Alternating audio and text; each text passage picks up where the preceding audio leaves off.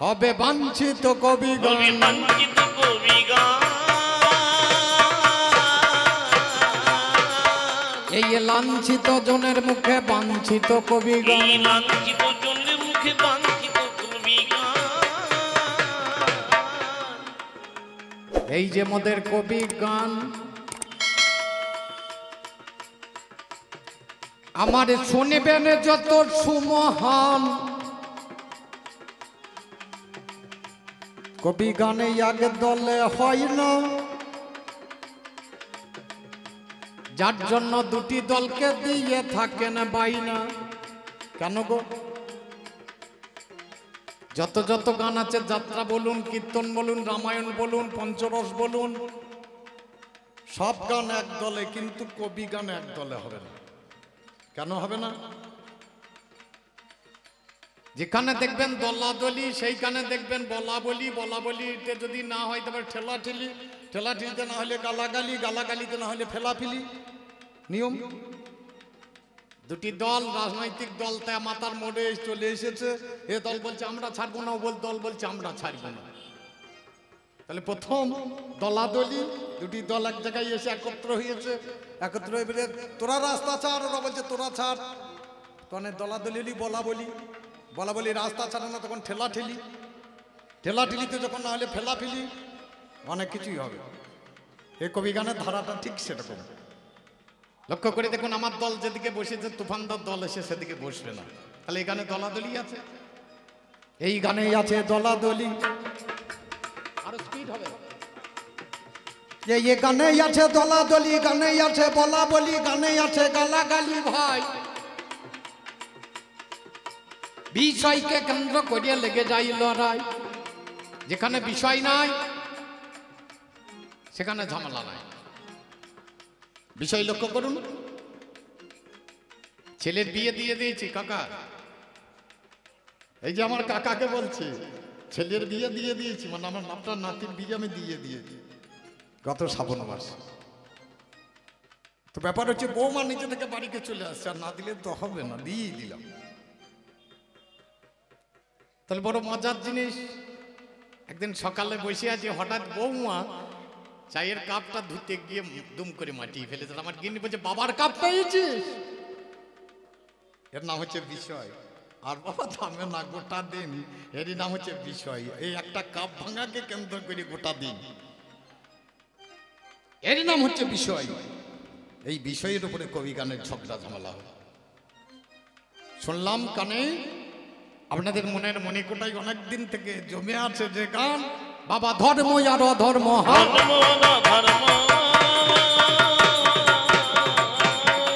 বুঝতে হবে আজকে গানের মর্ম। ধর্ম আর অধর্ম বুঝতে হবে গানের মর্ম। ধর্ম। কমিটির দাদারা গিয়ে বলছে আপনি অধর্মের কাজটা করবেন, আপনি অধর্ম। আমাকে দেখে বুঝতে পারলেন নাকি আমি অধর্ম?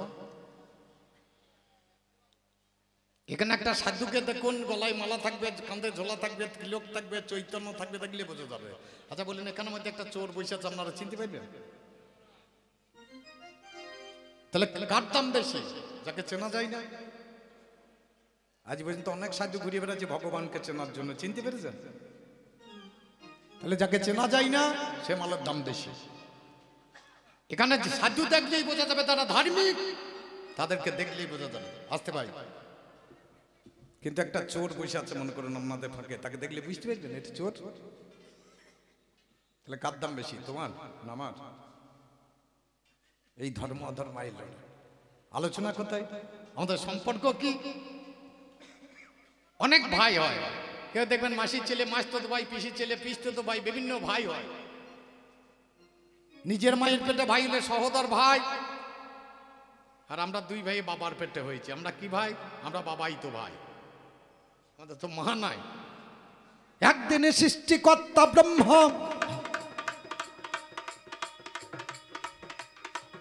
তার পক্ষ দেশ থেকেই একটা সন্তান জন্ম দিল।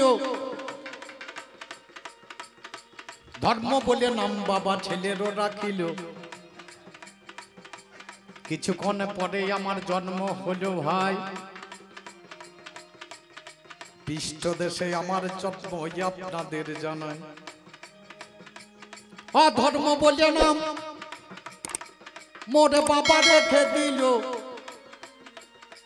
আমরা দুই ভাই জগতে এসে গেলাম ভালো। একদিন আমার দাদা কাঁধে ঝোলা গলায় মালা নিয়ে চললো। দাদা বলে, দাদা কোথায় যাবেন? বলে, আমি একটু বাবার কাছে যাবো। আমরা, দাদা আমি যাব। বলে, তুই যাবি? বলে, যাবো। আমার দাদা গিয়ে বাবাকে প্রণাম করছে। পিতা স্বর্গ পিতা ধর্ম পিতাহি পরমং তপ পিতরি পিতে মাপন্নে প্রিয়ন্তে সর্ব দেবতা। পিতা গো, জগতের বুকে আমার সৃষ্টি করলে, কি ভাই আমি কর্ম করব দাও কথা বলে। বাছা রে, জন্ম তোমাকে যখন দিয়েছি তোমার কর্ম নির্ধারিত হয়ে আছে। বলে, কি কর্ম করব? লোককে সৎ পথে চলাবে, লোককে সত্য কথা বলাবে, লোককে হরিনাম করবে, লোককে পূজা আদি অর্চনা করাবে, এটা তোমার কাজ। আর আমি তো প্রণাম টনাম করতে জানি না। আমি কোমরে হাত দিয়ে বললাম, বাবা আমি কি করব? বলে, লোককে মদ খাবি, লোককে জুয়ো খেলাবি, হরিনাম বন্ধ করাবি, যেগুলো ভালো কাজ সেগুলো বন্ধ করে দিবি, এটা তোর কাজ। বাবা, ছেলেরা পরীক্ষা দিতে যায়, স্কুলে পড়াশোনা করে, তাদের তো কিছু ফল আছে। বলছে, ফল একটাই। কি ফল? বলে, গোবিন্দের চরণ। ধর্ম করে কে ভগবানের চরণ পাই, অধর্ম করে কে ভগবানের চরণ পাই। এইটা হচ্ছে দেখার বিষয় আজকাল। ধর্ম করে কি করে যাওয়া যায় ভগবানের চরণে, আর অধর্ম করে কি করে ভগবানের চরণে পৌঁছানো যায়, এইটাই হচ্ছে গানের বিষয়। কে কেমন ভাবে পৌঁছাতে পারে এইটাই আজকে গানে দেখবো। এইটাই আজকে গানে দেখব। ধর্ম করে না অধর্ম করে, এইটাই আজকে গানে দেখব। ধর্ম করে না অধর্ম করে, এইটাই আজকে গানে দেখব। আমি বুঝতে পারি না এই ধর্ম। গীতা পাঠ করছে ধর্ম, গীতাকে বলছে ধর্মগ্রন্থ নাকি? হরিনাম করা ধর্ম। এই ধর্মগুলো আমি ঠিক বুঝতে পারছি না। বাবা মায়ের কথা শোনা ধর্ম কই দেখছি না। সৃষ্টির আদিতে ভগবান ছিলেন ভাসমান।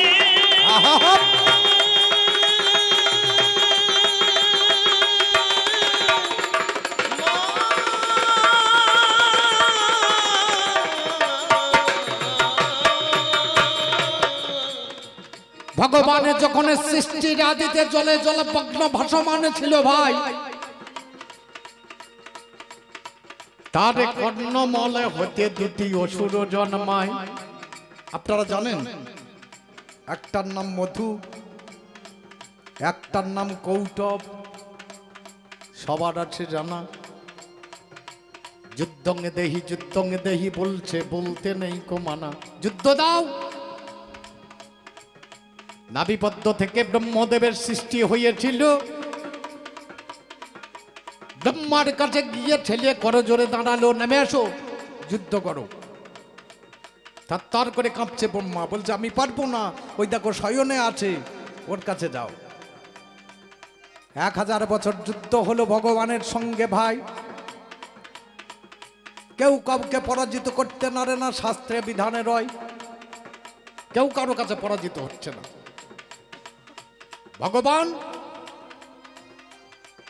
ভগবান এসে বললেন, বাবা তোমরা দুজন ভালো যোদ্ধা, আমার কাছে তোমরা বর নাও। তা বলে, তুমি আবার আমাদের বর কি দেবে? তুমিও তো যুদ্ধ খারাপ করছো না, তুমিও যোদ্ধা ভালো। ভগবানকে বলছে, আমাদের কাছে তুমি বর নাও, বলো কি নেবে? বলে, আমাকে বর দেবে? বলে, দেবো, বলো কি চাই?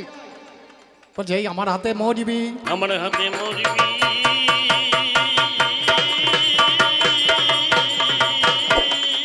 ঠিক আছে, মরবো। তবে আমার একটা কথা আছে, দিনে মরবো না, রাতে মরবো না, জলে মরবো না, স্থলে মরবো না। আমি দিনেও মরবো না, আমি রাতেও মরবো না, আমি জলেও মরবো না, আমি স্থলেও মরবো না, তুমি পারলে আমাদের দুজনকে বধ করো। সেদিন ভগবান উরুস্থানে স্থাপন করে সুদর্শন চক্র দ্বারা নিজের ছেলেকে বধ করিয়ে এত বড় মেদিনীর জন্ম হয়েছে। ধর্মে না অধর্মে?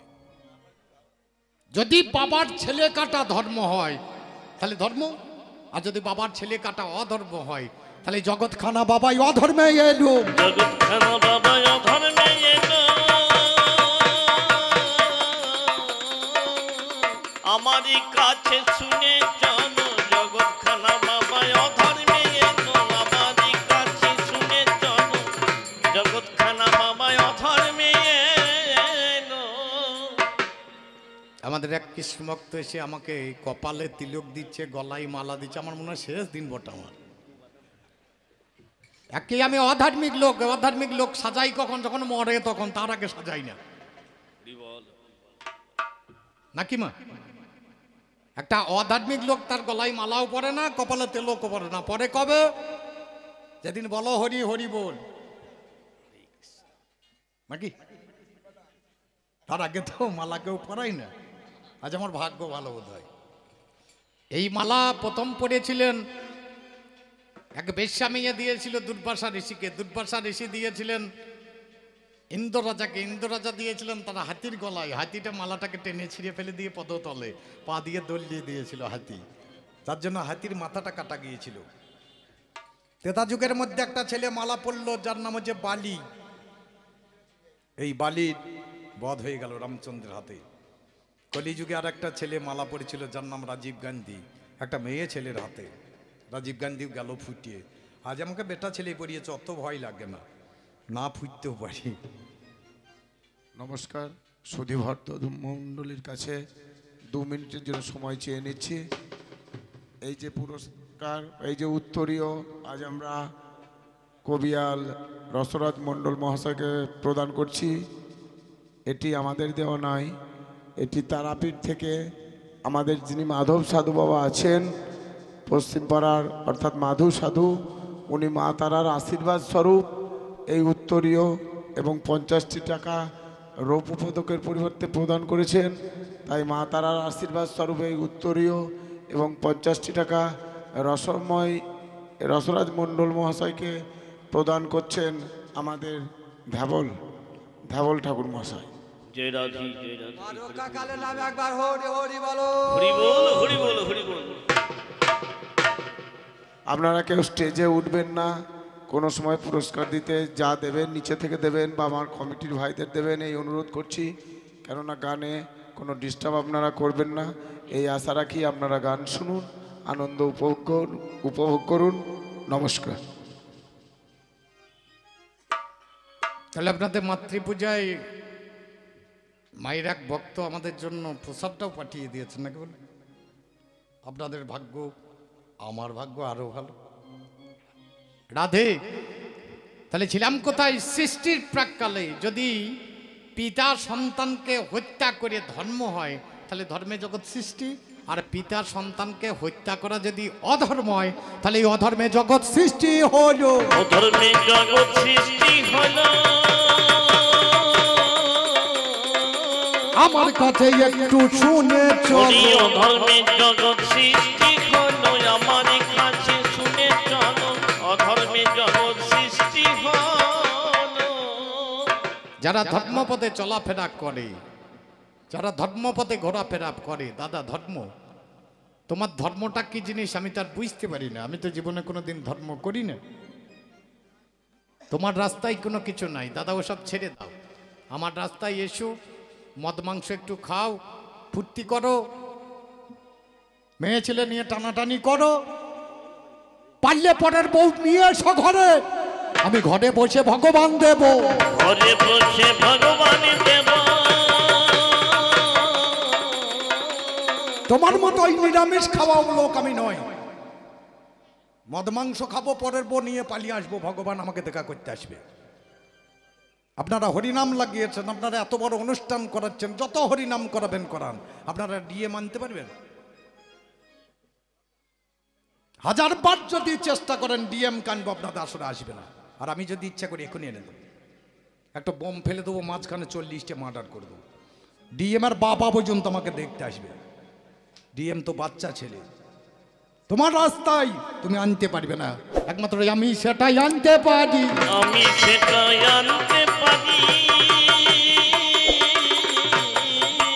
দাদা তোমাকে বেশি দেখাতে হবে না, সত্যতে দাদা পর্যুক। ওরে মা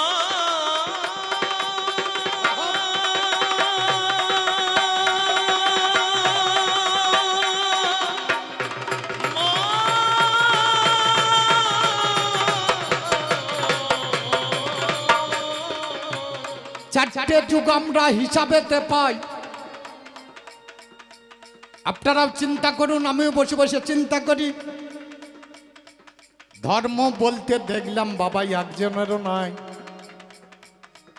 একজনের ধর্ম নয়, দ্বিধাতু মন প্রত্যয় করে হয় ধর্ম। ধারণের নামে ধর্ম হল, যারা ধারণ করে রাখতে পারে তারাই ধার্মিক জগতে আসিল। তাহলে ধরিয়ে রাখার নাম ধর্ম। আমার বাবা যদি ধরিয়ে বসে থাকতো রসরাজ হতো নাকি? প্রত্যেকের বাবা যদি তার মাথায় ধরে বসে থাকতো এই লোকগুলো শ্রোতা আসতো, তাহলে জগৎ সৃষ্টি হতো না। তার জন্য প্রথমেই তোমাকে বলেছি, সৃষ্টির মূলে আমি ছাড়া জগৎ সৃষ্টি হবে না। চলো ওপর মহলে একজনকে দেখো। আমার প্রথম জিজ্ঞাসা, বলো ধর্ম দাদা, এই সত্যতে তার দাপট যুগের মাঝখানে একজনকে দেখাও যে কোনোদিন অধর্ম করেনি, শুধু ধর্ম করেই সে ভগবানকে পেয়েছে। ভগবানকে পেয়েছে।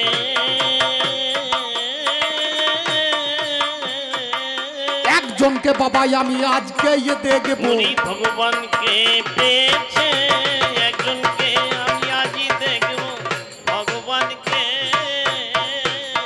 তাহলে আমার প্রথম জিজ্ঞাসা, আমাকে আশ্রয় না করে শুধু ধর্মকে ধরে একজন ব্যক্তি সত্যতেতা দাপর কলি চার যুগের মধ্যে একজনকে কেবল আমি দেখব যে ভগবানের চরণ পেয়েছে। আমার প্রথম নম্বর। তোমার লাইন, অশক্ত তস্কর সাধু কুরুপাচেত পতিব্রতা রোগী চ দেবতা ভক্তা বিদ্য বেশ্যা তপস্বিনী। লাইনটা মানে করে দিই, তাছাড়া বুঝতে পারবেন না। অশক্ত তস্কর সাধু, চোর যখন শক্ত থাকে না তখন সে সাধু হয়। কুরুপাচেত পতিব্রতা, যে মেয়ের রূপ থাকে না সে স্বামীর পায়ে তেল দল্লাই ভক্তি করে। যার রূপ আছে সে তেল দল্লাবে নাকি? মুচ্ছুতি করবি, ছেড়িয়ে দেবে পাল্লা। রোগী চ দেবতা ভক্তা, যার রোগ আছে সে মা কালী কাছে তোমাকে পাঁটা দেবো, আমার রোগ ভালো করিয়ে দাও। যার রোগ নাই সে ও করতে যাবে না। বিদ্য বেশ্যা তপস্বিনী, যারা দেহ ব্যবসা করে বাইরে, তাদের দেহ ব্যবসা যখন আর চলে না, বয়স হয়ে যায়, তখন তারা মাঝি হয়। যাইনি তাই বল। ধর্মের প্রথম লাইন, শ্লোকটা শুনে নেন। অশক্ত তস্কর সাধু কুরুপাচেত পতিব্রতা রোগী চ দেবতা ভক্তা বিদ্য বেশ্যা তপস্বিনী। দাদা গো, তোমাকে জানালাম, পারো যদি লাইনটা কেটে দিও, পারো যদি লাইনটা কেটে দিও। যদি ধর্মের কিছু থেকে থাকে তাহলে দাদা তুমি আমার লাইনটা কেটো, আমি বসে বসে শুনিব। বসে বসে শুনব।